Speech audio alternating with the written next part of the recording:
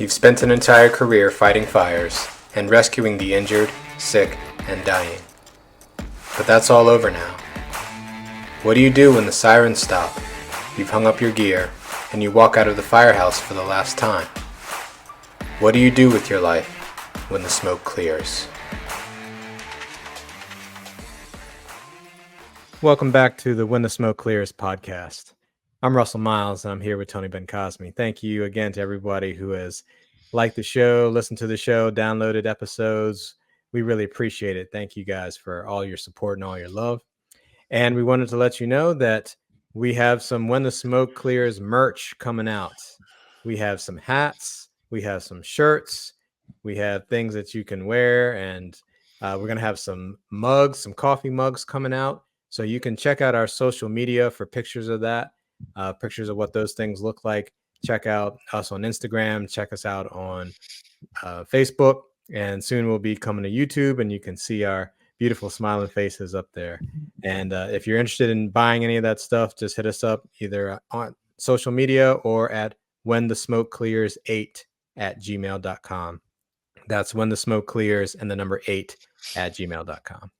So with that being said, Tony's going to tell us about who we got on the show with us today.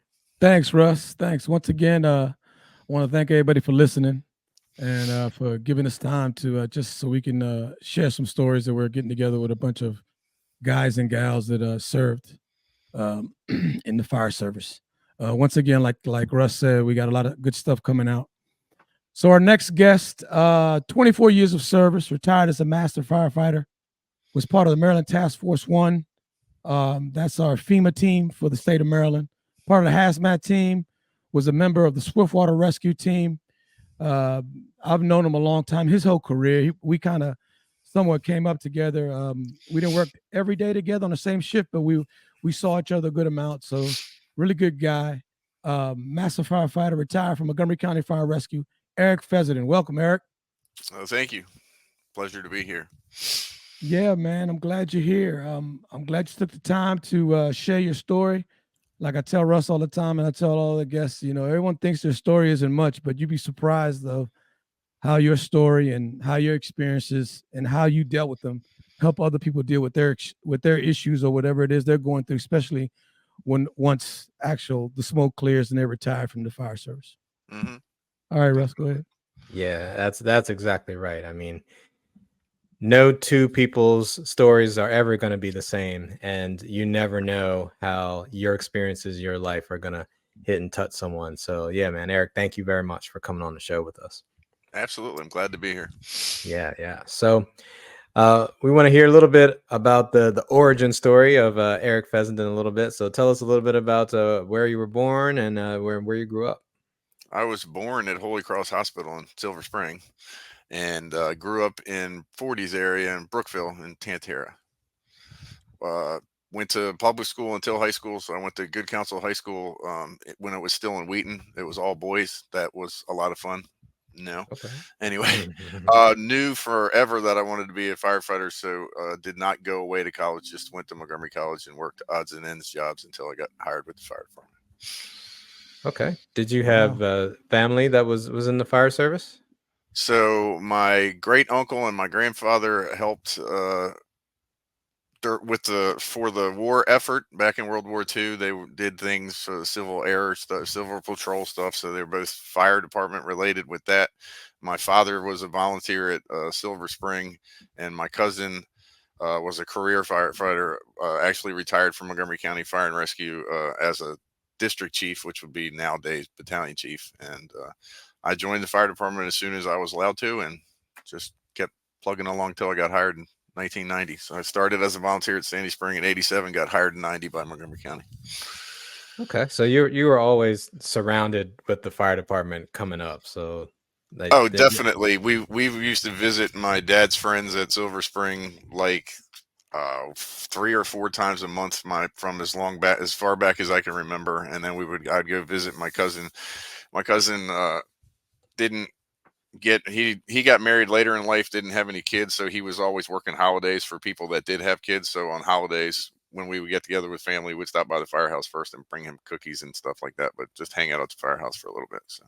So My favorite memories as a kid are being at the firehouse for holidays, and no offense to a lot of my family members, but still my favorite memories are holidays at the firehouse. So once again, which firehouse was that he worked at? He was which firehouse did my cousin work at? Yeah. Well, he started as a volunteer at BCC, got hired by Bethesda, went through the ranks, went from Bethesda to Sandy Spring as the senior career officer. Then he went to Laytonsville. Then they changed senior career officers to district chiefs. So I believe he was District 5. I think he retired in 96. Yeah. Something like that. Mm-hmm. And my dad was a volunteer in the very early 60s at Station 19. Okay. Cool. Little history there. Yeah. And now, and just for giggles, just to pass on the tradition, both of my sons work for Frederick County Fire and Rescue. Oh, wow. Congratulations. Yeah, that's awesome. Yeah. The family business rolls on. Yeah, apparently the family business is the fire department. Yeah, it is.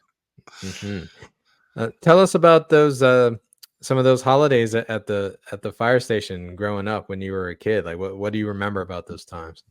I mean, it's going to sound, whether it sounds cheesy or not doesn't really matter, because the facts are the facts. I looked forward to holidays because I got to go see all the fire trucks. I got to go see the ladder truck at Station 6, or the engine company at Station 6. Got to, I hope that OSHA isn't paying attention to what the boys at 6 would let me do, but I could climb all over it, slide down the poles, do whatever, basically do anything I wanted to do.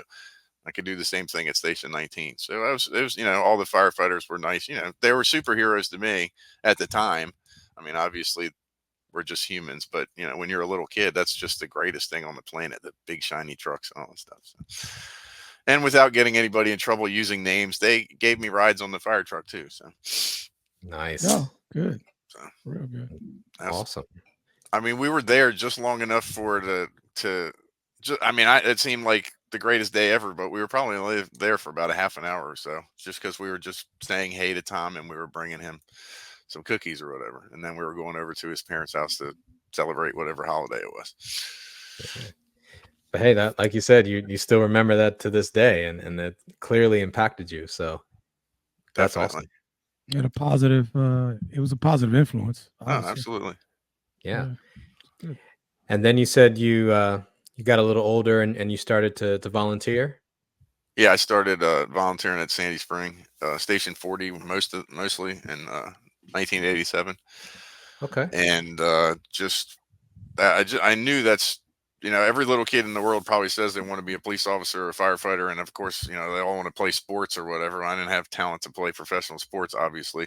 So I just wanted to be a firefighter my whole life. So that was I had some other opportunities that I could have pursued after high school, but all I wanted to be was a firefighter. So as soon as I was allowed to join Sandy Spring, I did. I actually put in the application to be a career firefighter with the corporation the same day I put in one to be a volunteer. I just happened to not get hired by the corporation. Yeah, you were all in. I was all in. I mean, they didn't have a live-in program at Station 40 or Station 4. I think you could have. They didn't really have a live-in program that I knew of when I was there, but I was basically at the firehouse 24/7, 365. I left to go to Montgomery College, take some classes. I left to go work at the Crown gas station in Albany to make enough money to drive my truck around and buy food. That was it. I did that until I got hired. Oh, wow. Was you living at home at the time? Was you still living at home? I lived living at home until I got, let's see, actually I was at home for almost 2.5 years after I got hired from the department, because my father made a deal with me that any and every penny I saved for a down payment on a place he would match. So I worked overtime and saved pretty good amount of money. My father matched it, and I bought a townhouse at 23 years old in Frederick.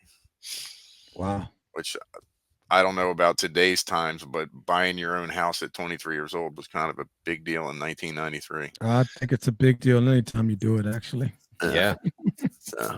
Agreed. Yeah, that worked out pretty well. Yeah, no. Yeah, smart. That was Very good idea on your dad's part. Yep. I'm glad you listened. Very much appreciated that.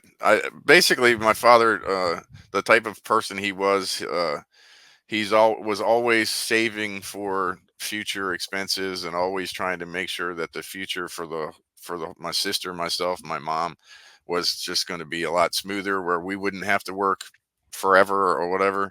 So when I decided I wasn't going to go away to college, all that money that he had saved for me to go to college, he helped me get my first, helped me get my first loan for a pickup truck, helped me with a down payment. Like, he just helped me get on my feet. Mm-hmm. And he was like, and then years later, of course, he was like, I could have given you like 3 times as much because I had saved all that for college. You chose not to. You're a fireman. You got your own gig. You got your own health insurance. Good luck. He just sat back in the chair. Smart ass. Good. Anyway. It's not a bad plan. He was a good Yeah, man. not at all. So your parents, I mean, were obviously knew about the fire department with the other family members in the department. So were they always supportive of you joining?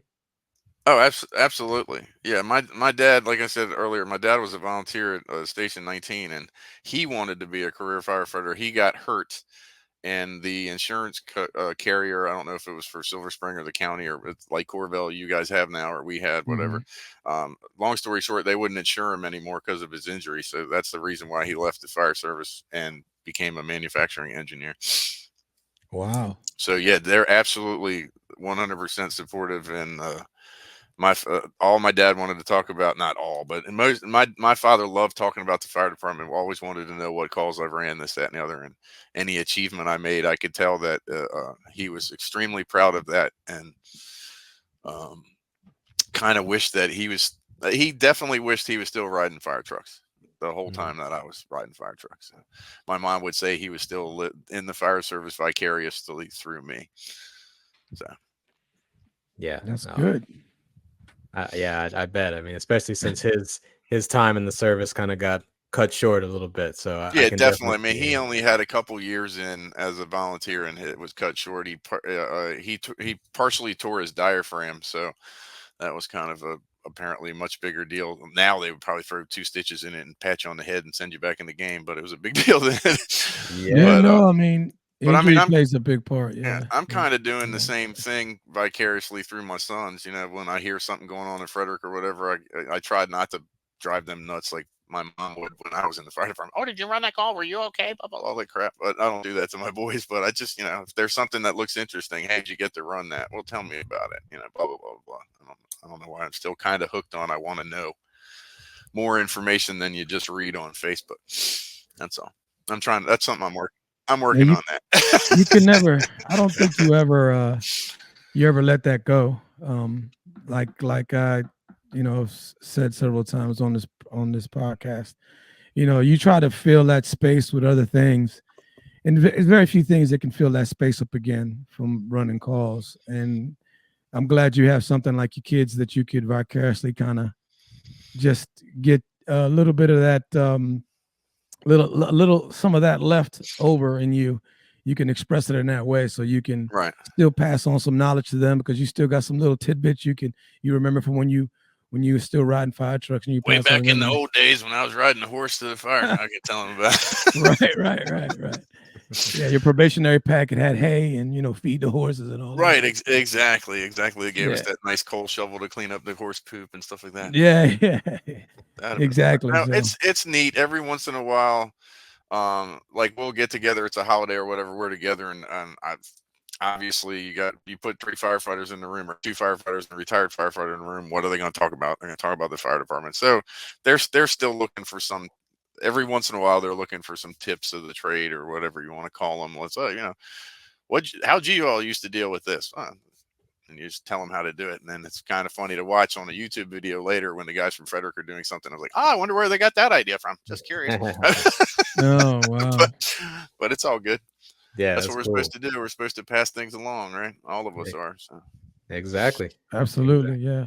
Exactly. I'm not trying to contradict you, Tony, but when you were saying just a minute ago about how there's something to fill the void about the calls and this, that, and the other, I think that if you go out on your own terms, then there isn't much of a void. But then again, I'm not going to lie. I'm very, very apologetic. I've only seen bits and pieces of the podcast because life always makes me end up doing something else when I'm trying to do something I want to do.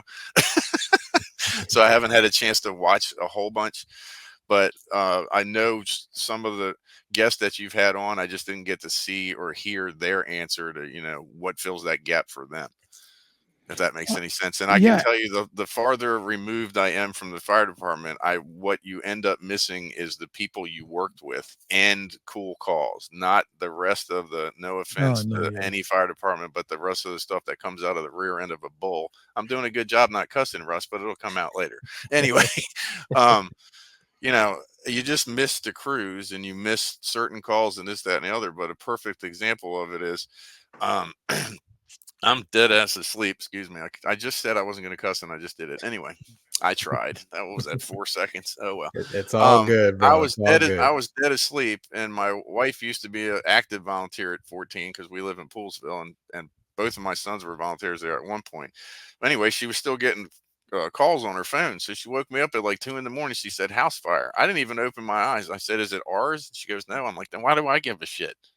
That's when I knew. That's when my wife knew that my brain had officially realized that I'm not ever running on a fire truck again. But that was like 3.5 years after I left. That's not like it was like a Kelly day, like a Kelly week after I was gone. It took a long time. But Yeah. she woke me up like 5 minutes later, and she's like, "Now they're tapping out or maybe 10 minutes later, they're tapping out the RID and the task force." I'm like, "Is it the neighbor's house?" And she was like, "No." I said, "Well, if it was," she goes, "Why?" I said, "Well, if it was, when it encroaches on the fence, I'll order that down. Would you leave me alone? I'm trying to sleep." So then the Well, that's good. next morning she was like, "Well, you have officially retired." Because I'm not going to lie, but for at least the first 18 months, the fire truck goes blowing by, I'm getting in my truck to go see where they're going. I got to be a part of that somehow. I'm almost breaking everything that workman's comp says I can't do, trying to help out on the fire ground. But you're not breaking any rules in workman's comp, so No, No. and I've said, and it was also back then, but not, okay. no, Yes. no, I'm definitely not breaking any rules. But Yeah, we will absolutely come back to all of that stuff because we want to hear about I all of didn't, that. I Like, didn't mean to go in the wrong No, no, direction on you're that. fine. it's all good, bro. It's all good. It's all good. So jumping back a little bit to your Mhm. volunteer days. So tell us about those first few years, like when you became a volunteer. Like what was that when as you were officially now you can ride calls, you're part of the fire department. What was that like? Well, it was awesome, except for the first call that I ran was a working code, and the guy was my basketball coach the whole time I was a little kid. Oh So that Oh wow. was wow. So I threw that in there because eventually we're going to get to my behavioral health issues. So I thought I'd show you where it started. Sure. Anyway, being a volunteer was fun. The pay sucked, but it was awesome to run calls and stuff like that. 40 was not the busiest place in the world, but when you don't know any better, it's great, right? I mean, it's not Station 8 call load, but it's better than a lot of other places. Um, I took every training class they would let me take. I mean, in the nutshell, and I'm not saying this, anything I say that looks like I'm trying to point at myself like I'm a great guy or a great fireman, that's not my intent. I'm just trying to give you information. Right? Seriously, I'm not any better than anybody else. But my first year as a volunteer at Sandy Spring, apparently I did something right because I was rookie of the year. I don't know if it Okay. doesn't mean anything except for I had to put in a lot of tires, a lot of time, a lot of blood, sweat, and tear, and a lot of training in order to get that. And my second year there, I was firefighter of the year. So I was just continuing. I was learning more, just getting more, just throwing myself 100% into the fire department. Now, the only reason why I got rookie of the year or firefighter of the year is because of the career guys at Station 40 and the career guys at Station 4 whenever I went over there. Every one of them took me under their wing and were willing to teach me anything and everything. Hmm. Good. I had the utmost respect for them, and they gave me the utmost respect and everything in return. And at the time, this is just prior to transition from corporation career firefighters to county firefighters, and a lot of the relationships between or there were no relationships between the career guys and the volunteers at a lot of places, and even at Sandy Spring there was a basically I was accepted by the career guys. That was a big deal, and I was Hmm. there enough that they put me a couple of the shifts put me in the rotation, so I wasn't always just on the ambulance. They would rotate me through, and the firefighter that was not riding the line because I was the career firefighter that wasn't running a line or whatever, because I was not pissed off about it. They were like, "No, dude, you were in the ambulance the last 5 shifts in a row." So Well, that's that's awesome. that's what being a volunteer for me was, or being Well, the beginning of my career was like in a nutshell. well, this job is really, and we talk about it. Maybe I can't really recall how many times we mentioned this. It really is at the end of the day about relationships, Mhm. and the relationships you develop throughout this whole process, through the whole career, volunteer or paid. They're meaningful. You know what I'm Absolutely. saying? And they carry weight, and those are the ones that you carry with you when you leave this whole thing. Absolutely. And that's Yeah. why that's why to me the POTS luncheons or the quarterly lunch things that the proud old timers do, and the Warney lunch bunch thing. If you guys haven't gone to the Warney lunch bunch thing, you got to do it. It's the first Wednesday of every month up at the Elks Lodge in Frederick. But every once in a while you get to see the person that was just an idol to you or a fire department god to you. You get to see that, I'm going to guess that one or both of you have somebody that you met at the beginning of your career that's like, if I could be half as good as that dude, I'm going to be in the top 10 ever of this position. And I Right. had I worked as a volunteer. I worked under some of the best that Montgomery County Fire and Rescue will ever have. And I did the same as a career person. And when they come up to you at one of those lunch things and go, "Man, it's good to see you. I loved it when you were on our shift." It was like, "Huh? What? Right. Wow." Yeah. Yeah, you're So in awe. Yeah. that is the greatest feeling in the world is the people that you absolutely 100% admired when they were like, "Yeah, you were really good." It's like, Nice. cool. I'm gonna go home Nice. and tell my family. I'm just kidding. I'm just teasing, but Gotcha. All right. anyway. Sorry, I have ADHD. I probably went No, no, totally off you're the good. rails. Sorry You're about good. that. You're good, man. You're good. You're good. So when did you get hired? What I, date? I got hired August 27th of 1990. Okay. So what recruit class was that? 6. 6. Oh, so you got hired. Okay, so you hired. Yeah. Okay, 6. So that was between a couple pop outs there. That was before a pop out.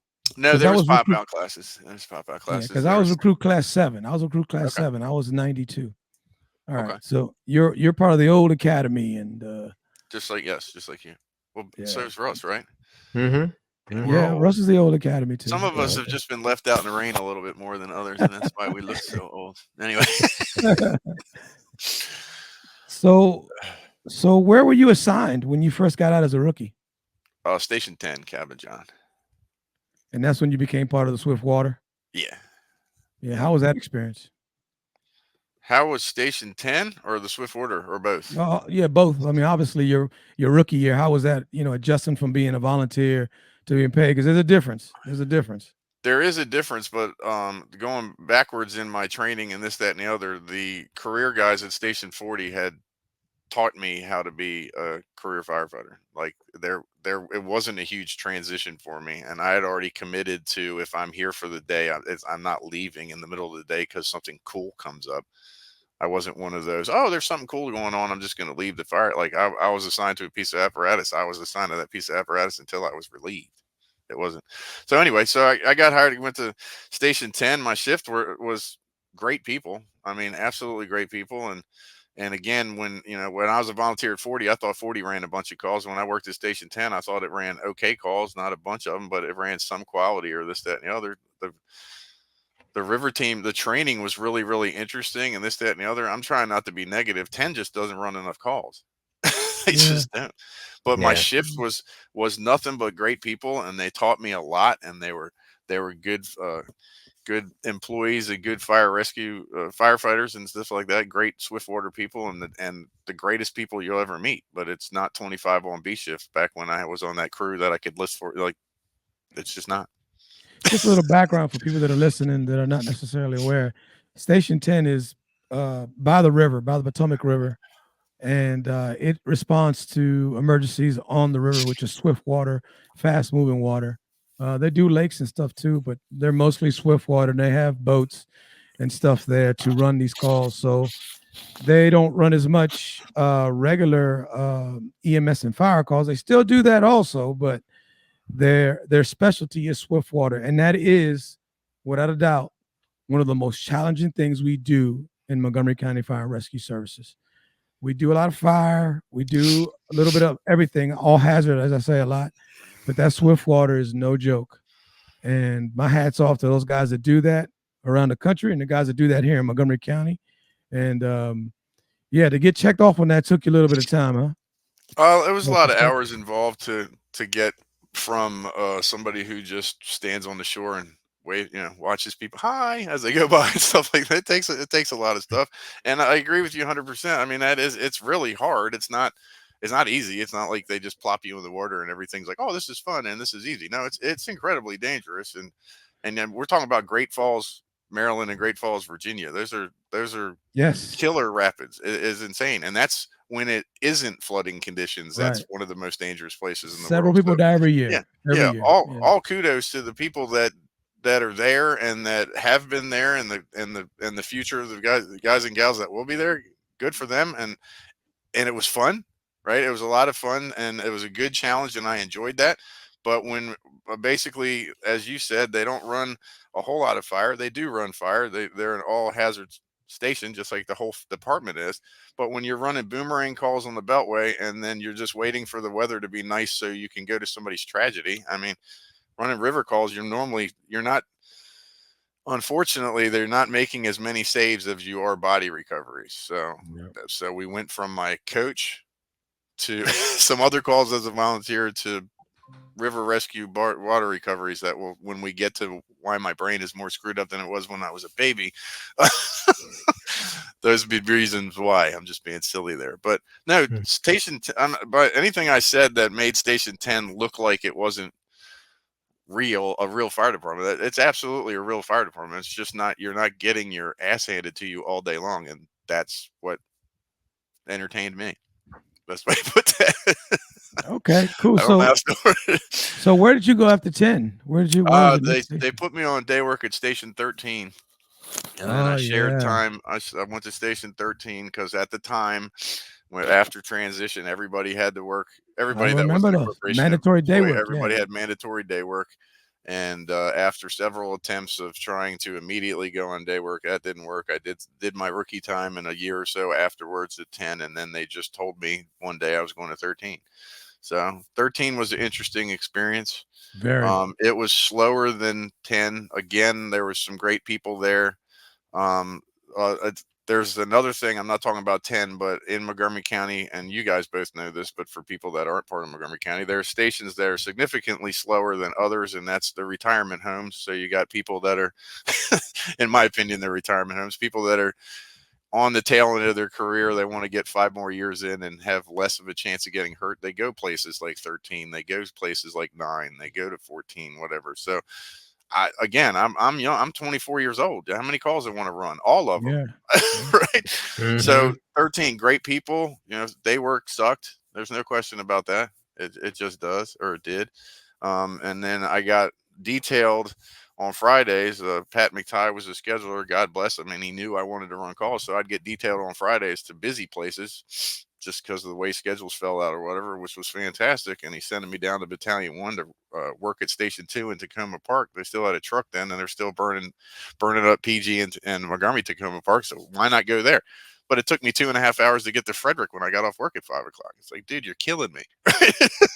Yeah. Because you work all week and all you want to do is get home, and it takes you 2.5 hours to get home. But anyway, so I went back to 10 because my shift had convinced me to go back to 10 after I got off day work at 13. And then I left 10 and went to Station 25 and spent the majority of my career at Station 25 on the back end or the front end of that beautiful tiller truck. All right. So who motivated you to get promoted? I know you got promoted, and we'll talk about that in a minute. What was some of your mentors that you can remember besides your volunteer times in your career side? Who were the mentors that helped me get promoted, or that I wanted to achieve? All of it. Help you get promoted and help you really move through the fire service a little bit. Well, my master at Station 10 when I got out of the academy was a very good driver and a very good person to start you on your path to get yourself out of recruit mind into I don't know how to word it. He got me on the path to be a better firefighter than I was when I got there, and that would be Right. Joey Fuller, little Yes. Joey Joey the fourth that works at Station 6 now. His dad, His dad. Yeah. um, who is retired now. He got me on the path. Everybody I mean, I was blessed everywhere I worked. The majority of the people I worked with were just trying to help each other out and progress and get better. I want to say that a few years after I got to 25, so I was at 10, 13, detailed to 9, back to 10, 25. I'm a firefighter there with Keith Dominic. He was a firefighter. He's a captain now. Eric Kaus, he's a battalion chief now. Craig Clemens, he's a captain now. Mike Lowry. I wanted to be able to drive a ladder truck like Mike Lowry could, and he retired as a lieutenant at Station 29. But there was nothing that Lowry couldn't do with Truck 25. There's absolutely nothing he could not do with that. I had officers like Nick Venuto. He's retired, but as our lieutenant, he was so much fun to work with. I had Larry Lease. Some people called him the colonel or the general, and then some stuff that we're not going to put on the podcast. Yeah. But it was with love, and it was just about how hard he pushed us. But he was very fair. That's one of the guys that when he was telling me at one of the get-togethers that he really enjoyed having me on the shift, I almost started crying. I love that dude. If I could be if I was ever half the supervisor he was, because being a master is a supervisory role. I know it's not Yeah. captain or lieutenant, but it is in a lot of Mhm. ways. If I could have been a quarter of the supervisor he was or mentor he was, then I'm doing something. So, I mean, the list, we would be here for, I don't care. I'll stay here all day, but we'll be here till long after dark if I tell you all the people that influenced me to become the best I could be. I mean, seriously, Okay. I mean, So I took conversations that you and I had, Tony, when we were mhm. just firefighters together, and Yeah. I took that, Yeah. internalized that, when we weren't like after the conversation, you went to go do what you got to do, and I was just like, hadn't really been looking at things like that. I can't remember exactly what it was, and I'm not blowing smoke up your butt. It's real. Thank you. You did it, and Russ, you did the same thing. We didn't spend a whole lot of time working together, but when we did, it was quality time. Like we doing Mhm. hazmat training together, or doing like. I mean, Russ is probably like, I don't remember any of that shit, but I'm just kidding. But I mean, I took things from Russ. I took something from Russ when I just spoke to him the other a week ago or whatever it was when we saw each other 2 weeks ago. Yeah. I'm just, I've been was blessed by being taught as a kid that you're not taking people for granted, but you pay attention to what people are saying, and if it's useful to make you a better human being or better at your job, then you use it, and if it polish it and give it to the next person, or what, as silly as that sounds. So, God, Tony, we'd be here for No, weeks. we're good. One more thing. What made you want to get promoted besides wanting to ride, to drive the tiller truck, which is you said you wanted that was your main goal was to be a truck driver. Was that just it, or what was the other motivation, and how was that transition? Because you're right, it's a supervisory role. You're going from a firefighter to a master slash technician So supervisor. the the mindset, the environment that 25B had when I got there with Keith Dominic and Kaus and Lowry and the people I was naming, right? We were we intended to be the best. We intended to be the best shift that Montgomery County had ever seen, which I don't think we necessarily were the best they'd ever seen, but we were in the top 5. That's for damn sure. And you got a motivation. The drive. Our captain used to do drills and whoever performed at the highest level on the drill got to pick where they rode, with the Mm. exception of taking his spot. Of course, you're not going to take the captain's spot. But and there was actually a day that he said, whoever does this stuff the best can actually take my seat. And Keith Dominic actually did an incredible job. And he was only a fire 3 at the time. And the lieutenant had to remind the captain that you did say the boy could ride the seat if you did that. Anyway, he did drills where whoever did the best got to ride where they wanted to ride. So basically, there was 3 of us rotating through the ladder truck because you're not bumping Lowry off the ladder truck. You're not bumping the lieutenant off the ladder truck. I mean, we're not stupid, right? But the Right. 3 of us were tillering, and whenever the lieutenant was off, Lowry would bump over to the front seat, and then it ended up that unfortunately our lieutenant got hurt, so Lowry's in the front seat a lot. So the 3 of us are just rotating through, driving, tillering, driving, tillering, driving, tillering, right? So if you get in the mindset that I'm going to be the best you can be, and you want everybody on their shift to be the best they can be, if you have a certain niche in the fire service, or your thing is truck company operations, or your thing is teaching people pumps, you start teaching everybody everything you know, and everybody teaching everything you know makes your shift pretty damn good. So I fell into teaching at the academy because I've just got in the teaching mode, like, and in my opinion, the way that you can prove that you've mastered a skill is by being able to teach somebody that has no idea how to do it. Right. So I didn't fall into, I went in the direction of becoming an instructor, an adjunct instructor, and lead instructor at the academy. And long story short, when you start getting more responsibility and you're just one, the only natural thing to do is go for the next promotion. I wasn't trying to get promoted to get away from a cot, but tooling a cot. I wasn't tooling a cot. I was on the ladder truck every shift anyway. So Right. I was just the right time of my career to go to master, but I'd love to give you some really great reason. It was the right time. Gotcha, man. I don't know, when the motivation is there and all the pieces come together, you're like, yeah, it's time to move forward. So I get it. So you take the test, you get promoted to master, and of course, it's like most departments, when you promote to a higher rank, you usually have to leave the assignment that you were at, and so you get reassigned somewhere else. So where did you end up going after you made master? I went to Station 3 on day work, and Station 3 was awesome. Absolutely awesome. The call load was legit, and I was driving the straight stick almost every day, and it was awesome. I lived on the eastern shore of Maryland. It was about 102 miles from my house to the firehouse. That was difficult. Yeah. Yes. I had not been on the hazmat team yet.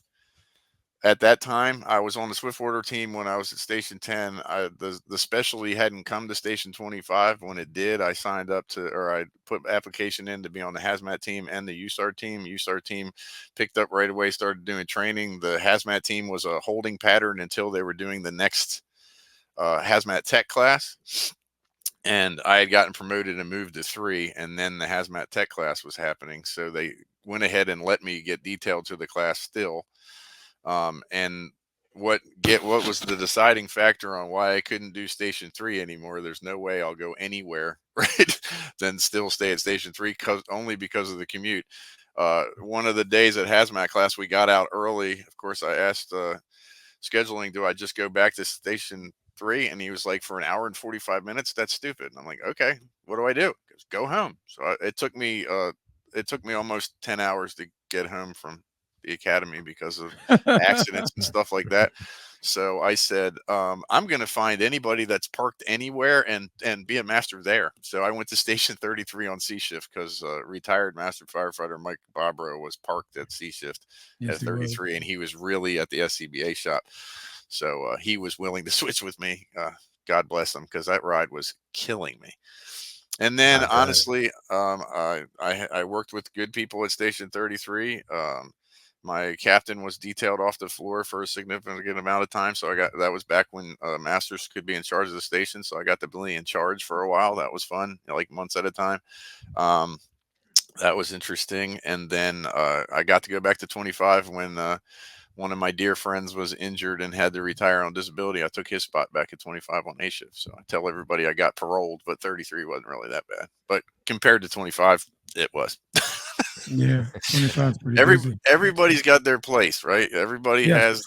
everybody gets wherever they get hired, and whether they knew beforehand or whether they figured it out a couple years on the job, I want to get my little happy butt there, and I want you to leave me alone until I can't ride fire trucks anymore. And that was 25 to me. I knew that when I was a volunteer at Sandy Spring. I wanted to work at 25, and I finally got there, and I did not want to leave. Gotcha, man.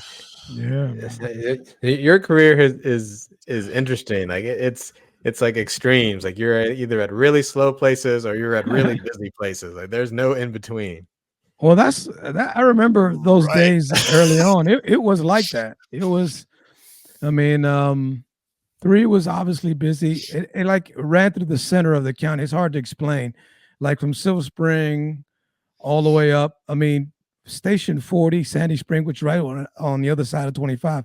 That wasn't that busy, but you're right next to Leisure World and all those Right. things. So you're not busy like per se some of the other stations, but you're still pretty active during the day. And yeah, it was hit or miss a lot of times Right. in the mid 90s, early 2000s. It's funny because I was telling a story. I worked the other day. What the fire department was pre cell phone. The fire department was a different place pre cell phone. Yeah. Right, The cell phone. because now you can get all the evidence on a cell phone. Well, I'm just kidding. I'm just kidding. I mean, that's true, but it changed the way people call 911 and not the Yeah, delivery definitely. service. Yeah, definitely. I mean, when you could just pick up your phone and call, see something, say something type of deal after 9/11, it changed the dynamic on how we serve the delivery system. It changed across the country. I mean, not just here, but it dramatically Right. changed. Our call load, I don't know. I'm spitballing on the back of a napkin here. I would say probably 40% change in volume of calls. I mean, you had to go somewhere and actually get to a phone or get someone that had a phone. Everyone Right. has a phone, Absolutely. right? Yeah. So you know this, Fessenden, from because in the 90s it was how many people we had working there? We had working in the 90s. We had 400 people working in the county at one time. That would be high. I would guess that Yeah, would be absolutely that'd be including all the staff positions too. right. I mean, and we're upwards of 1,500 employees now. So 1,200 roughly. So I mean, the best way I can put it is you go to in-service training and or battalion training and they pull people up to the academy from all over the county. You knew everybody on every rig. You knew you did. everyone. You can go in a firehouse now as a captain. You can walk into a firehouse and not know anybody else in that camp. It's crazy. Yeah. Yeah, Right? it's I mean, changed. Russ, you're getting detail a lot being a float lieutenant. How many times you walk in and have to introduce yourself to half or all the people there? Yeah, there's been plenty of times where I'm looking around the table and I'm like, don't know you, don't know you, don't know you. Yeah, it's a lot. I stopped by Station 4 to do a peer support thing, and I waited until after lineup or right before lineup, and I was like, "Where's your officer?" And this guy that looked like he was about 9 said, "I'm the lieutenant." And I was like, "Oh my God, does your mom know you're playing firefighter today? And you're the lieutenant? Holy crap!" Yep. We're just old, man. And it goes by fast. It does. It does. It absolutely does. Another way that cell phones changed the fire service, or even before the smartphone came into the fire service, was back then. I got hired 2005, and you guys I worked before then, but I mean there was no smartphones. You didn't see people just in whatever seat or whatever corner just scrolling away looking at their phones. Like at most you had a hard copy of the Washington Post sitting on the table. Yes. But everybody was interacting. Like there was no like tucking away, hiding, do your own things. Like there was a lot more interaction, I will say. And there was. You knew everything about everybody's family, whether you wanted to or not. I'm just kidding about the wanted to or not, but you were part of everybody on your shift's family, knew all the ins and outs. We had all the kitchen table doctors, kitchen table lawyers, kitchen table, actual carpenters, all this kind of stuff. But yeah, you're absolutely right. And now with the phones, yeah, everybody's looking down at their phone. Like they're at least from my experience and from stuff people are telling me. Obviously haven't been in a firehouse for 10 years now, but working there, but completely different. It's just the camaraderie. I mean, everybody still likes each other, so I'm not saying that. But Well, you still have it, but you have to work at it. right, It right, wasn't just right, organic. It just didn't right, happen right. because you were all in the same room. you have to make an effort in the morning, and you got to make an effort doing the drills, and you got to make an effort in the evening, but it does. After a certain time, everyone squirrels away to their own spot and does their own thing, and that's just a sign of the times, man. I think that's everywhere. That's we're not different than anywhere else. Like, we're a microcosm of society. So Well, when you and I started, if somebody squirreled away to hide, they got like a bucket of water dumped on their head or something for not being with the rest of you. Right? yeah, yeah. No, it was a different time. Yeah. Definitely a different time. Yeah. So Fez, going back to now you're a master. You've made your way back to 25, but now you're on A shift. So tell us about that. Bunch of good dudes, a bunch of and girls. Sorry. Um, I was back in my happy place. I can tell you that much. Running calls, doing drills, teaching at the academy, uh, just loving life.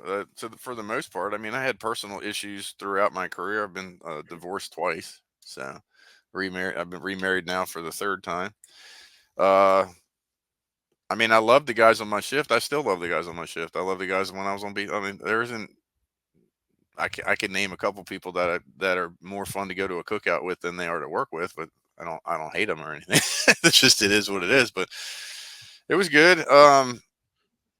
I don't know when the right time to segue into behavioral health stuff is, but Yeah, you could whenever you want to, because we're just gonna ask. is that the elephant in the room that we haven't gotten to? No, Okay. I mean, No, I'm just kidding. we're talking about your career and the effects of it on you, on your body, and we say that here.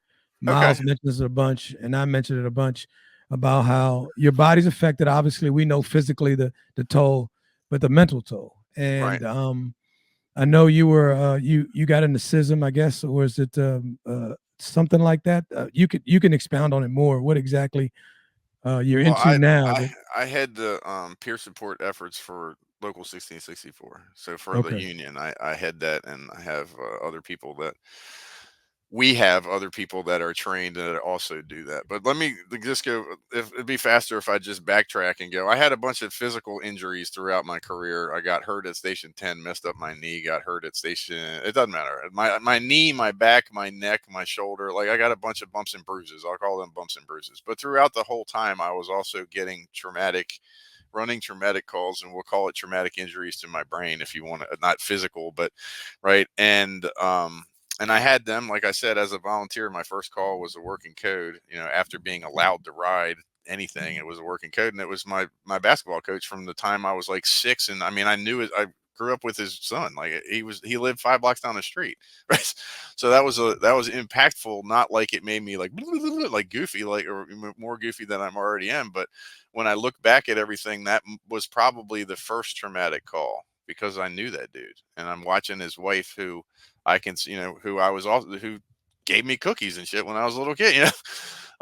She's obviously distraught. My friend is not at the house, but he gets there by the time the medic unit has left, and we're packing up stuff from the engine company, and I'm just like looking at him like, I'm not the right person to tell you that your dad's dead, because there ain't no way we're getting him back. Better chance of winning the lottery ticket. There's no way. Anyway, and then, as a volunteer, I had to.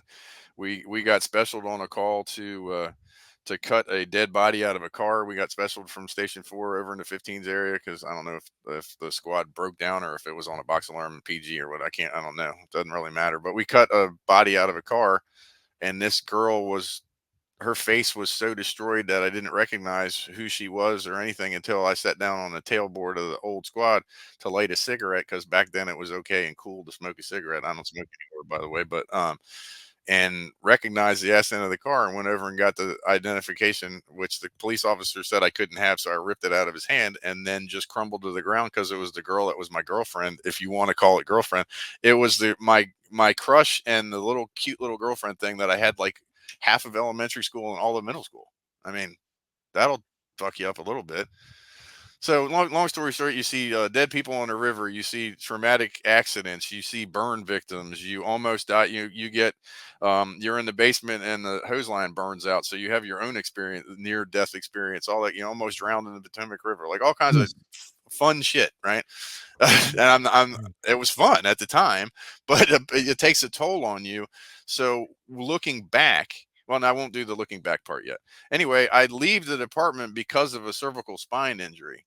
That's why I left. I didn't leave because my cheese and cracker weren't on the same plate anymore, right? I left because of my neck injury, and I left because, and I'll still say, it still pisses me off, but the workman's comp insurance carrier did not want to approve my surgery when the surgeon first asked for it, and they delayed it for so long. By the time they did approve it, I wasn't able to come back to work because the other disc in my neck had degenerated too much. So that'll mentally fuck with you too. So anyway, I retired. So I'm pretty pissed off. I'm also depressed. Everything I've done basically my entire life, the fire department, is gone. Everybody knows me as Fez. It says it right there next to my name, and that's what most people call me in the fire department. And Fez is a persona of a nickname that everybody gives because Fessenden is hard to say. So Fez works out pretty good, right? And I'll respond to it. And so did my cousin, and so did my boys. But I put on Fez has its own persona. Fez is Rupert the Monkey Boy from 30 Rotten Scoundrels. Fez is goofy. Fez acts like he's like super the R word that is not appropriate anymore. So like special need, messed up in the head, right? And it's because it makes everybody laugh. But Fez is a really quiet, and I know a lot of people that are from Montgomery County are going to shit their pants. Really sensitive and really cares about other human beings and how they feel and this, that, and the other. So it's fun playing Fez. Don't get me wrong. Like acting like a complete jackass is a good time for a while, but Eric is not Fez. Eric is quiet. Eric is considerate, and that's not Fez. Fez ain't considerate, right? If you've worked with, right? So that persona was so I couldn't be Fez anymore because I wasn't part of the fire department. I lost my entire identity. I'm not a fireman anymore, is what I was thinking at the time. So I spiraled down the shitter like you wouldn't believe. And I'm my neck injury. I'm abusing my pain medication. I'm depressed. I'm angry. I stop abusing the pain medicine, thank God. And I just get in this circling the drain thing to the point where I want to kill myself. Like I do not want to be alive. Well, I didn't have the balls to actually kill myself, but if somebody wanted to kill me, I'd have been perfectly okay with that. And I just hit rock bottom. I'm retired now. Don't want to be retired. Did not go out on my terms. Blah, blah, blah, blah, blah. Just don't want to be here anymore. And I fall into a job, absolutely fall into a job at the union office.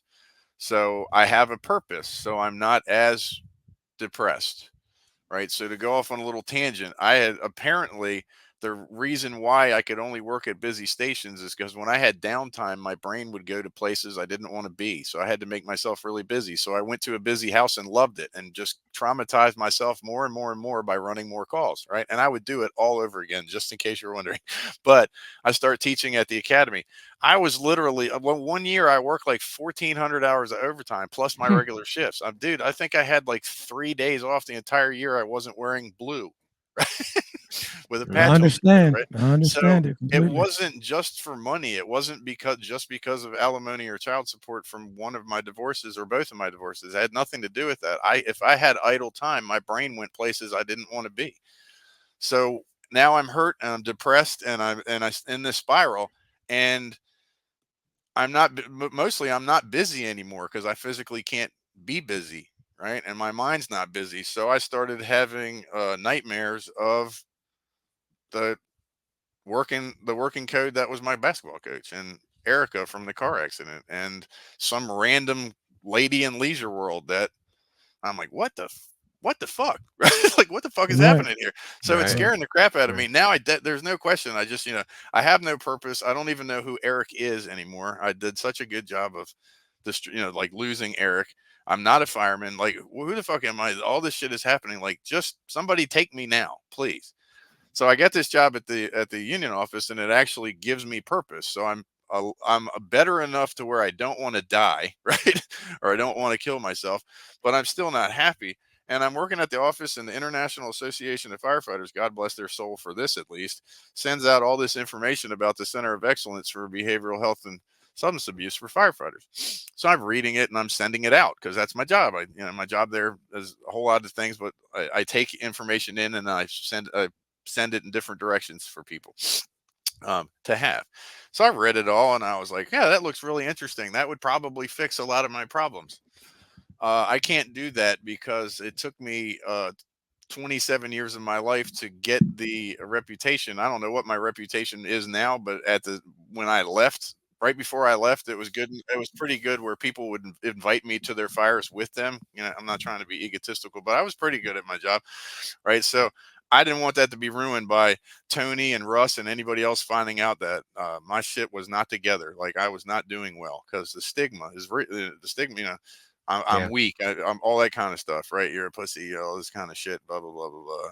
And for the poor guys that are still working, they're thinking about, nobody's going to trust me anymore. I'm going to get fired. I'm not going to get promoted, all those other bad things, right? So I can't go get help. There's no way. I'm just, everything I've ever worked for is going to be shit all over because I'm got to admit that I'm too weak. Right. Well, I'm sitting at the office one day and I get a phone call from somebody who will never be named.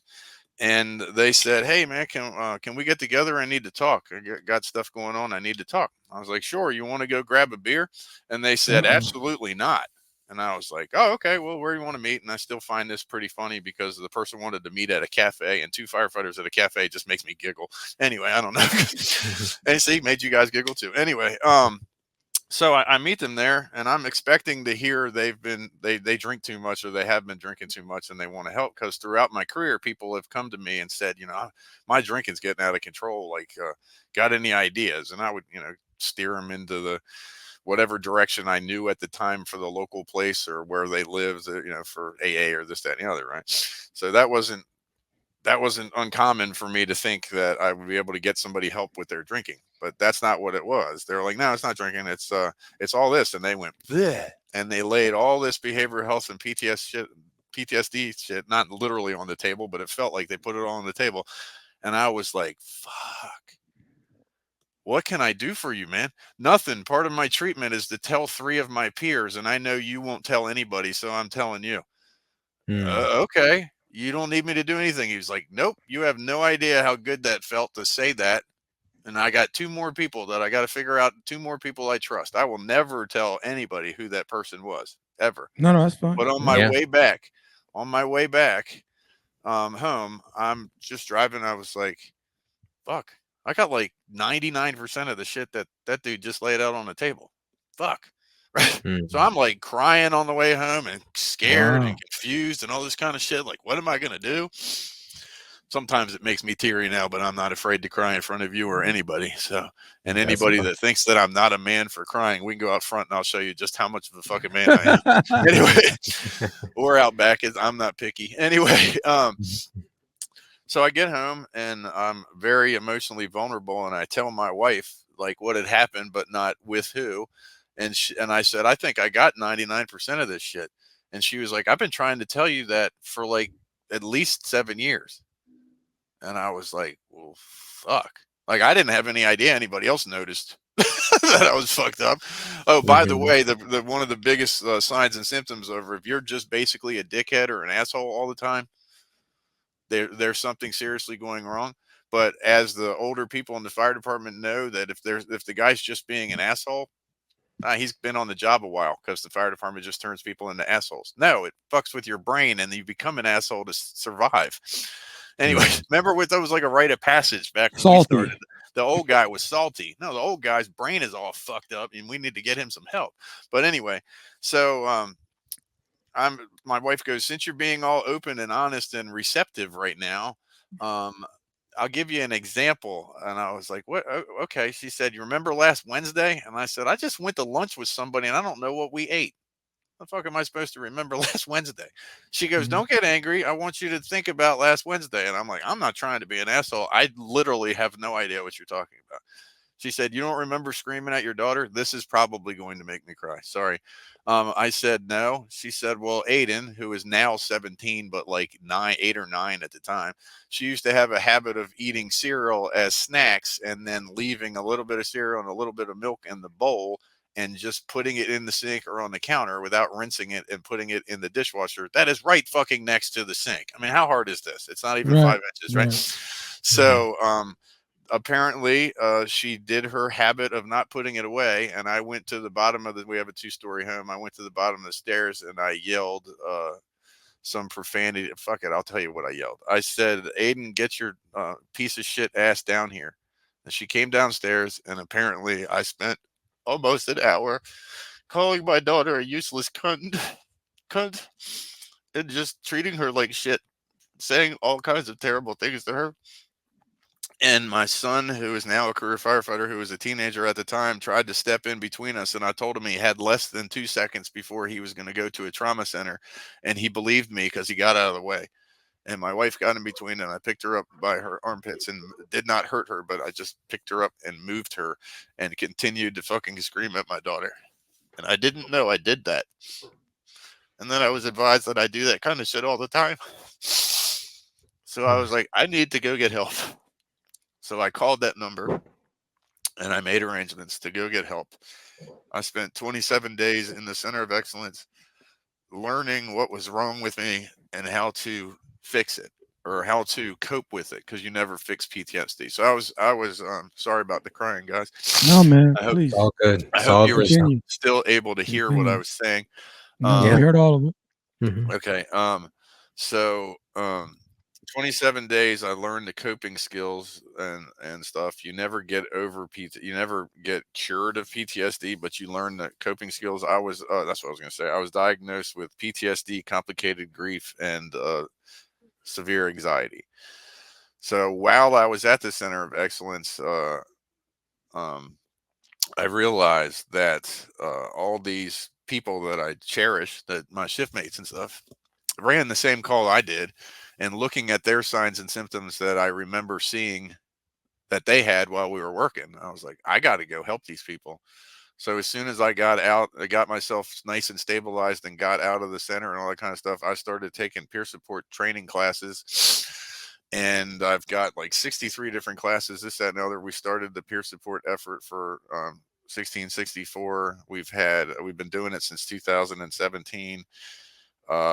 We help out other jurisdictions when they call, looking, because some people don't want to talk to people from their own department. So since 2017, we've had almost 1,200 talk to 1,200 people about their, getting them some kind of resource, whether it's for behavioral health or substance abuse. And 1,200 people. Montgomery County only has 1,175 uniformed firefighters. Well, I mean, there's more now with the recruit class, but not all of them obviously are from Montgomery County, but a much bigger number than you would expect. A significant number of firefighters from Montgomery County have gone to the Center of Excellence for behavioral health or substance abuse, or they've gone to other places. So I'm certainly not the only one. I'm not going to, I don't have the right to, nor would I ever say who they are, that the ones that I know. For anybody that is in need of peer support, whether it's from Montgomery County or from their own department, if your own department has it, it's completely confidential. The department won't have any idea anything that's said. Any peer supporter you talk to, everything that you talk about is completely confidential. They sign a confidentiality agreement that they won't do it. I'm sure as fucking ain't going to say anything. You can call me 24/7, 365. I don't care what department you work for. I don't care if you work for a department. I don't care if you're sitting at a bus stop and you've never been in the fire department. You need help. You can put my cell phone number on this thing if you want to. I don't care. You can find it on our website. You call me and I will do everything humanly possible to get you the help you need. The passion I had to be the best Master Firefighter on Truck 25 is absolutely nothing compared to my passion for peer support. I missed a whole lot of information, but I was trying to cut it off at an hour. I'm 3 minutes over. No, you're good. I want to thank you, man. The journey that you've been through, and man, you shepherd a lot of people through it. You're gonna shepherd a lot of people through some rough times.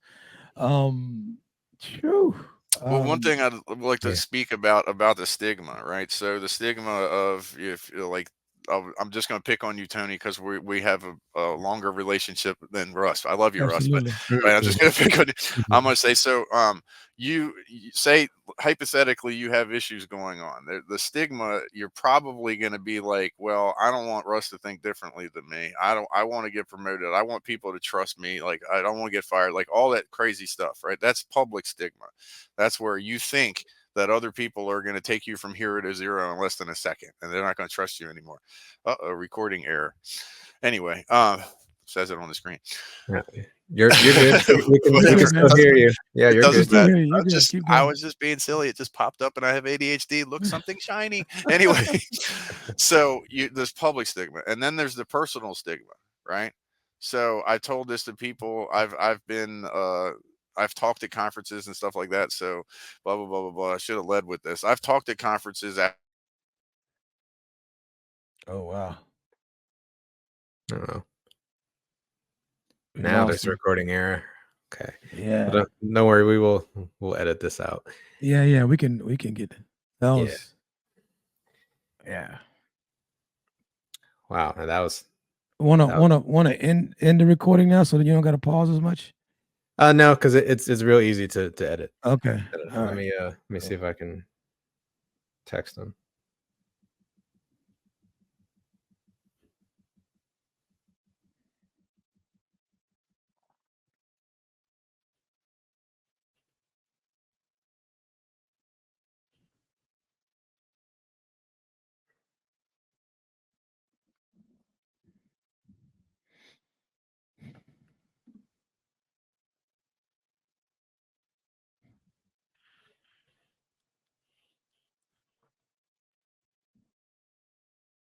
Has he responded? He's coming. He's coming. There he is. I'm working on it. You got it, buddy. We got you. I'm trying. I was on the phone going, God damn it, whatever. You're good. You're good. Yeah, you're not good. Like it's not the end of the world. I've told this story a million times. I'm just kidding. Yeah. So I think I was talking about the stigma and the personal stigma. So I came out of the center. I wrote an email to all the retirees and told everybody where I'd been and why I was there. I didn't do that to make Eric look good or Fez look good or anything like that. I did it because I knew that friends of mine were suffering and people I'd never met yet were suffering. So I did that, throw myself out there. If the people, oh, you're so vulnerable. I wasn't vulnerable. I was just telling my story, trying to get people to get help. I go to like the Maryland State convention for professional firefighters, and I take the opportunity to speak there. I speak a little bit at the international convention. I'm in the Washington Post. I'm on different news channels, this, that, and other. Again, not saying that like, oh, look at me, I'm so cool. What I'm getting at is that I'm so terrified of the stigma, or in the hypothetical thing, I'm saying Tony's so scared of the stigma. How many people read the Washington Post? A lot. So that's a lot of people there, right? And how many people watch NBC4? A lot. How many people watch whatever? A lot. So I'm going to guess at least 14,000 people have heard part of my story, right? Guess how many people have fucked with me about having behavioral health issues and going to go get help for them? How many? 0. Wow. There you go. 0. And the greatest thing about the fire service and the blessing about how fucked up firemen are before they have PTSD is that I still get the same exact banter I would have gotten beforehand. The same shit they would give me beforehand. That doesn't. I was afraid to actually lose that. I'm like, well, shit. What's going to happen if the guys don't fuck with me like they used to? That's going to be terrible. No, that doesn't go away. They just don't care. And honestly, they all go, "Good for you. I'm glad you did. I'm glad you got help. I'm sorry I didn't." Most people say, "I'm sorry I didn't know you were going through that. I would have done something to try to help you." I'm like, yeah, everybody here wants to help people, including ourselves, or including each other. But we spend all this time trying to rescue other people, but we don't spend any time trying to rescue ourselves. Maybe we should kind of think about that. Well, it's so there is no public stigma, in my opinion. It's only personal stigma. And anybody watching that wants to fuck with me, I'll give you my email address, or you can call that cell phone number. Call and fuck with me. I don't care, because you get to the point. I was talking to Russ before we started. You get to the point that you don't. Maybe it was after we started. You spend all that time trying to make sure your reputation is great. You get to a certain point in life, it's like, why the fuck do I care what other people think? Yeah, it comes with maturity. I'm one of these days I'll be mature. I don't think it's going to be today.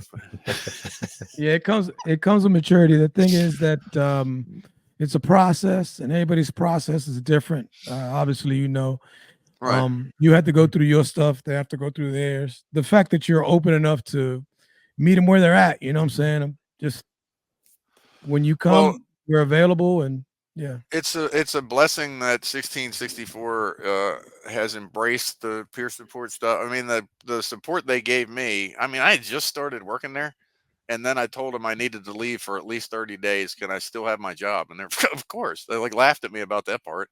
And they when I said, hey, like we really need to do this because I'm not the only person that cheese and cracker have left the same plate or whatever, haha. But they were like, no, absolutely. So they've been really supportive. It's a big deal that we have that. And of course, Montgomery County Fire and Rescue still has their SISM/peer support in it, and they just do things a little bit differently. And they are attached to the county government, and we're not. But one isn't better than the other. That's what I was trying to You get can at. use But them both. You can use them both. use either one or both Yeah. of them. So it's a Yeah. blessing that we have that you guys have that option now. Yeah. Yeah. I wanted to. You never asked me my favorite color. And I'm just kidding. Go ahead. I couldn't help it. Yeah, it's all good, bro.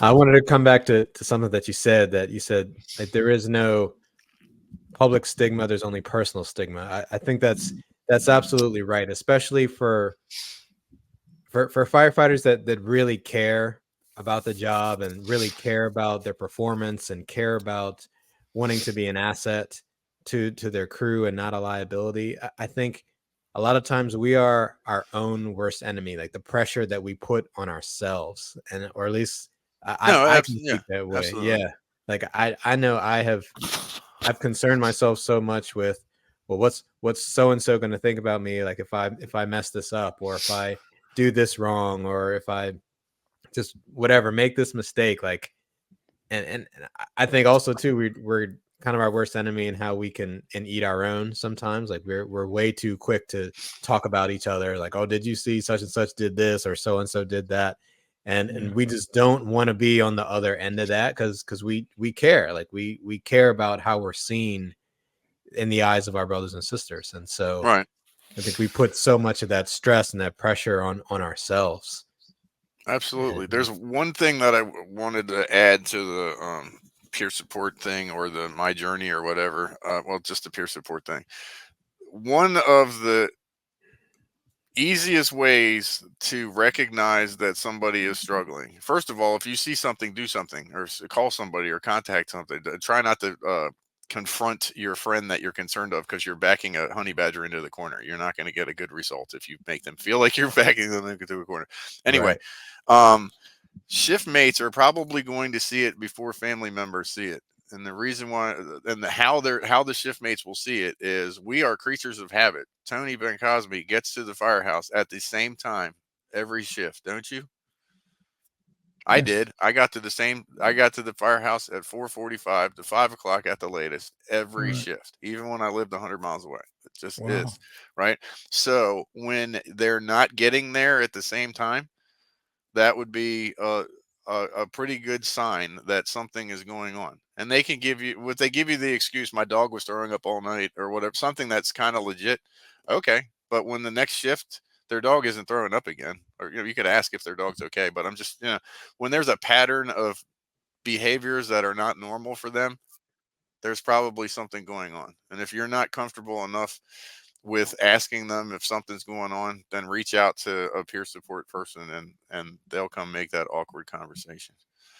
I mean, you could see it. I could see it. I see it in people, and I've had people I think that have had some issues and talked to them privately. I mean, no one knows that I'm talking to them. I do it Right. kind of off the cuff when no one else is around and stuff And like that. nobody Because, knows when I go to a station to do peer support for, and I'm going to pick on you this time, Russ. I go to a station to because somebody has put you on my radar, right?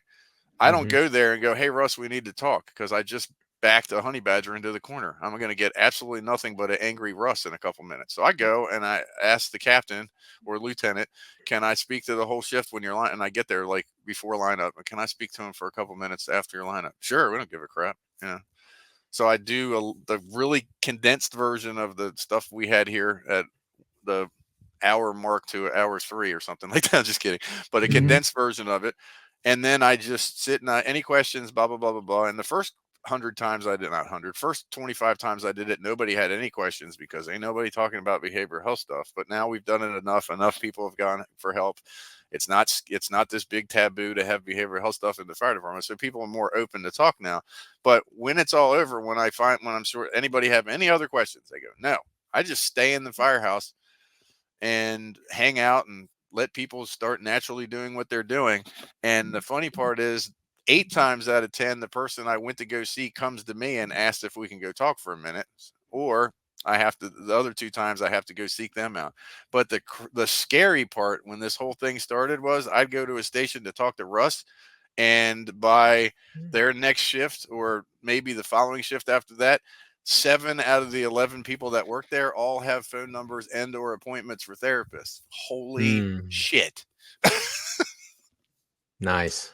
Yeah, So it's a bigger problem than people. Not a problem. no, It's people need to use the service more than they let on, and there's nothing wrong with that. So no, absolutely. Yeah. yeah. Anyway, I had to throw that thing in. No, we're good. Just to, so you retired and you told us the story of what you went through and all. I mean, you're looking back at it now. What would you say to the old version of yourself or to any new firefighter coming out about getting through the fire service, some of the things they could do and just to help them out? Well, when it comes to the actual firefighting and advancing your career, train, like, just get all the training that you can. And even if it looks like it might be a silly little BS class, you're probably still going to get something out of it. I like to tell people they should pick their niche in the fire department. And what I mean by that is if you really like engine company work, right? Blech, I'm just kidding. But if you like engine company work, then be the best small linesman or firefighter that pulls the line and runs the line that has ever been. Just absolutely embrace every second and every bit of it and learn how to pull that line upside down, backwards, blindfolded with no hands. Like, right. And that sounds crazy, but for some reason, the truck work and tiller a ladder truck just became the cat's meow for me or whatever, right? Just the greatest thing in the world. So I was lucky enough to have certain people in my career at the right time who basically taught me. Like, I got checked out to drive truck 10, and April Conway's dad, Mark Conway, that was most of his career was the station 1, as far as I understand, Silver Spring. He was parked at station 10, or he was whatever. Long story short, he taught me how to drive truck 10, and he taught me to drive it like there was nobody back there. I was not allowed to use the tillerman, and he had me back through Avenel Park. I had to back through an entire neighborhood in Potomac with the ladder truck. I had to go backwards through the whole neighborhood. I had to know how many threads were sticking out of every lug nut on that ladder truck. If I got it wrong, we started all kinds of shit over again. It's like, all right, well, we go back to A in the alphabet because that's where it starts. And I loved every second of it. I knew everything about that ladder truck. I went to 25, and myself and Keith Dominic and Eric Kaus and Mike Lowry and the guys that were always on that truck, at least on the B shift at the time, knew everything about that 1987 Seagrave and everything it could do, everything manufacturally, everything it could do, because firemen always push the limits, everything it couldn't do, all that stuff. We just did. And so pick your niche and be very good at it. If you pick your niche and you're very good at it, you also can steer your direction in the way you want to go. What are the chances of getting promoted to master, leaving station 25 and being able to go back to it at that time? You guys that work in Montgomery now be like, oh, who the hell wants to go there? That was a desired place to work at the time that I was still working. Absolutely desired. How the hell do I get out of there on promotion and back there in less than 2 years? Yeah. Not being egotistical, probably because they thought it would be a good place for me to go back to. Right. Does that make any sense? What would I do behavioral health wise with people? When I started in the fire department, there was a lot of people that would say, even after a fucked up call, like, you know, only like put your big girl panties on. You didn't just see what you saw, or they're like, you got to shrug that off, or just, real men, leave your feelings at the door. Real men don't care about that stuff, all that stuff. Throw all that shit in the garbage. If something is bothering you, you need to let somebody know. That's all. It's as simple as that. It's as simple as if I mean, you can't say time out in the middle of the call. This is making me upset. You can't do it, right? But after the call, you gotta talk to your officer, talk to a trusted firefighter. What, call CISM, call the union office. Tell somebody, because seeing something traumatic, going through something traumatic is an injury at first. It becomes a disorder if you do nothing about that injury. It becomes a disorder, and you can't get rid of a disorder. You can get rid of an injury. Yeah, well put. Yeah, Well put. absolutely. And my Yeah, favorite color is Carolina blue, by the way. Anyway, ADHD, I can't help it. It's all good. It's all good. I hope I'm Yeah. not ruining. I hope I'm not completely ruining your podcast. No, by you're the good. way. You're good. Okay. You're fine, man. You're good, man. Yeah. In my travels as a float lieutenant, I try to let the younger and the newer people on the job know that right now. Like if you run a call and something bothers you, it is perfectly fine to talk to me or talk to anyone or just get some help. Like no one is looking down on you for it. No one thinks less of you for it. Absolutely. If something's bothering you, say something. And I think Absolutely. it starts with the people who are in charge. Like you said, back then people were saying, hey, just deal with it, or suck it up, buttercup, or whatever, but now if you hear your officers or your masters or your senior firefighters saying, hey, look, if something bothers you, it's okay, like talk about it, let's get you some help, then I think Right. people are a lot more likely to seek that out. Yeah, and it goes much higher than that. In my opinion, if you have a fire chief that buys into and agrees 100% as with peer support system type things or behavioral health for their employees, for the firefighters, that's going to go a really long way. And the gentleman who has been nominated hasn't been voted to or confirmed by the county council. He is on board with supporting mental health as well as physical health of firefighters and the rest of the employees. So that's good stuff. Very good. Very good. So now that you've come to this place where you're very deeply involved in the peer support and with the union and with helping people get support for when they run these type of mentally injuring type calls or just traumatic type incidents, would you say that this has filled that gap that was left for when you had to leave kind of not on your own terms?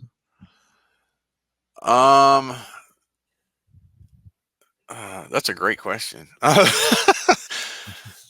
The gap is different, or let me refer. So the gap is filled. Yes, my priorities in life or the things that bring me the most joy are not the same as they used to be. If that makes any sense. Like, so running a working fire was just it. Like, that was just a euphoric experience. It was just great. Now walking on the CNO Canal 5 miles from the parking lot, talking to my wife and having anyone or all the most of my kids are adults now, is better than any fire I've ever been on. So, and I couldn't say that before in my life. No, we come to that place where we enjoy some of those things that we used to not enjoy before. Not that you didn't enjoy it, but Yeah, but you take for granted. You take for granted now. You don't. Yeah, right. Absolutely. I mean, there was times in each of your career and my career, like, I can't wait to get to my Kelly week because I'm going away for 3 days. Now, and I'm not saying this as a negative thing against my job with the union by any means, but all I want to do is spend time with my family.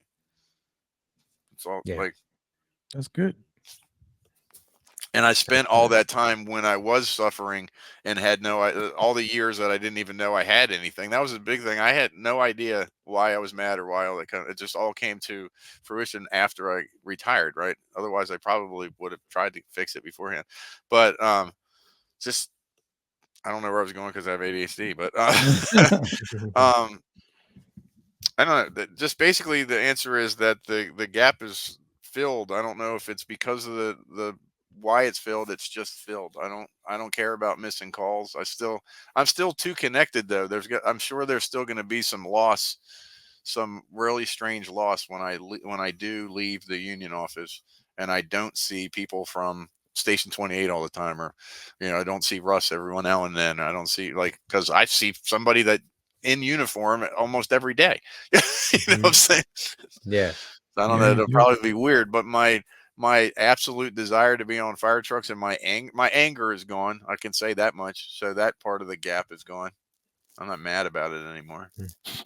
That's good. Did my answer make any sense at all, except for that? No, it did. You're good. Yeah. I don't think you're not giving yourself enough credit for how much sense you are. make. I don't think the drugs my mother took when I was a kid affected me at all. Anyway. Well, one last really important thing. Most people know Fez as Rupert the Monkey Boy from Dirty Rotten Scoundrels, and I did a really, really, really good job of making myself look like a complete capital R and the rest of that word, right? I get that, right? Yeah. And then some of them are hesitant to reach out for help because I'm in charge of the peer support. We have other people you can talk to, and I promise you that there is nothing more serious on this planet than whatever is bothering you. So I get enough information to get you to the right resources. There will not be any Rupert the Monkey Boy trying to help you get help. That's not fucking happening. Rupert the Monkey Boy was created to protect my own insecurities. I'm not actually the R word. And as a matter of fact, the other advantage of being Rupert the Monkey Boy was I never did one collateral duty in 24 years that I did not want to do. So Rupert the Monkey Boy is actually a genius. I never did anything for fire and rescue I didn't want to do. Think about that for a minute. Right. Nice. So I'm actually nowhere near as dumb as I made myself look. I went to a college prep school that was I graduated very, very high ranked and was accepted to lots of colleges. I just decided to be a fireman instead, which is not a lower thing. I just played stupid because it worked. That's all. If you get to know me better, you'll be like, I can't tell if I had a nickel for everybody goes, shit, I didn't know you were that smart. we'd be doing this podcast in the Bahamas. Anyway. This sounds like the work of a genius to me. Yeah, well, it worked. How many bullshit collateral duties have you guys done? Right, exactly. Yeah. So, man, there's some retired chief somewhere going, son of a bitch, I could have had him do that. Yeah, you could have, chief. Have a nice day. Sorry, Russ, go ahead. Yeah, it's all good, man. So, kind of a one final question for you, man. So, with all that you've been through, I mean, the serious ups and downs of this career, everything that you've done to get yourself healed and back in a good place. Now, when you wake up and you look at yourself in the mirror, how do you feel about the guy looking back at you, and what do you say to him? Trying to make me cry again. I'm proud of my accomplishments, and my biggest accomplishment, besides facing the behavioral health issues that I was blessed or cursed with, depending on how you look at it, squaring off to them and facing them, I'm proud of where I'm proud of the journey. I'm proud of the things before. I'm proud of the things after, not proud of the things during. And I'm very, very proud to have what I have. My family, my friends, you guys. You guys are my friends. You know, we don't hang out as much, but I'm very, very proud of. I've been very blessed, and I'm very proud of all the blessings and how I figured out to take everything in my life and get it to the blessed part, the place where it is right now, even though I've had all those fucked up things. I've had lots of people that find out about my personal life and, been divorced twice. It cost $106,000 for my first divorce and child custody case. And that's a lot of fucking money, right? When I'm a firefighter at the time, blah, blah, blah, blah, blah. Right. And people go, I bet you would change that. I bet you wouldn't have that fourth kid with the second wife. Right? If I changed anything from 5 minutes ago, I wouldn't have what I have right now. And I am the most blessed human being on the planet. So my biggest struggle is when I start to go in the wrong direction because of behavioral health stuff. I have to sometimes remind myself of, you think you're having a shitty day, like, look back, like, let's go back another chapter in the book and see how shitty that was. You're having one of the best days you've ever had, dude. Like, just shut the fuck up. Like, just Perspective, enjoy the moment. Yeah. I'm the luckiest dude on the planet. I mean, you all invited me to be on a podcast, and I'm Rupert the Monkey Boy. I'm absolutely blessed. All right. I do appreciate you all having me. No, thank you. It's an honor, because I know some of the other people that you've had on here, and it's like, wow, like not that you're necessarily going, oh, well, we need this person, and we're all like at the same level or anything like that. But you put me in the group with some of these people, it's like, fuck, respect. That's all. You know, like the greatest compliment I had in my entire career was Chief Carr, right? Who I think is the best fire chief we've ever had and will ever have. I agree with you. He was coming out of the elevator at the old EOB, and he had fire chiefs from all over the country with him. So that thing was packed. There was like 6 other fire chiefs and him. And he goes, fast, hold on a second. I want to introduce you. So I'm like, nice to meet you, sir. Like completely scared out of my mind, shaking. And I got time on the job, right? He goes, well, he's one of the best masters I have. I was like, holy fuck, I cannot believe that this guy just said that. He goes, but I want him on the first due truck if my house catches on fire. I said, wow, that is incredible. He goes, but I don't want him to talk to my neighbors. I was like, yes. Greatest compliment I could ever get is right there. No, that's awesome, man. That's awesome. Well, Eric, man, I can't thank you enough for coming on, being with us, and sharing your story. I mean, what a powerful story, man. And I agree. I think I appreciate you saying it's powerful, but it's just a story, just like everybody else's. No, your message is legit. I'm glad we had a chance to hear it. I'm glad we had a chance. Other people are going to be happy that they heard it. Believe me, your message is going to resonate with a lot of people. I hope that's so. Kind of what you wanted to do. Yeah, I'm glad you took If you guys need anything for yourselves personally, or your shift mates, or anybody that's listening or whatever, you can get my number, contact from either one of these lovely gentlemen, or just call the union office or whatever. 24/7, 365. I used to tell people that if I don't answer the phone, it's because I'm in the shower or I'm having sex, but I've been married too long, so I'm just in the shower. I'll call you right back. All anyway. Yeah, we'll put all your contact info in the show notes, so if people want to get in touch with you, they can. Excellent. So don't sign off just yet, but I'm just going to close this out. Eric, again, man, thank you so much for joining us on the podcast. We really appreciate you. Thank you. Thank you. Thanks everybody for listening. Take care. Thanks for listening to the When the Smoke Clears podcast. If you want to get in touch with us, you can find us on Instagram at When the Smoke Clears podcast, or you can email us at whenthesmokeclears8@gmail.com. That's when the smoke clears and the number 8 at gmail.com.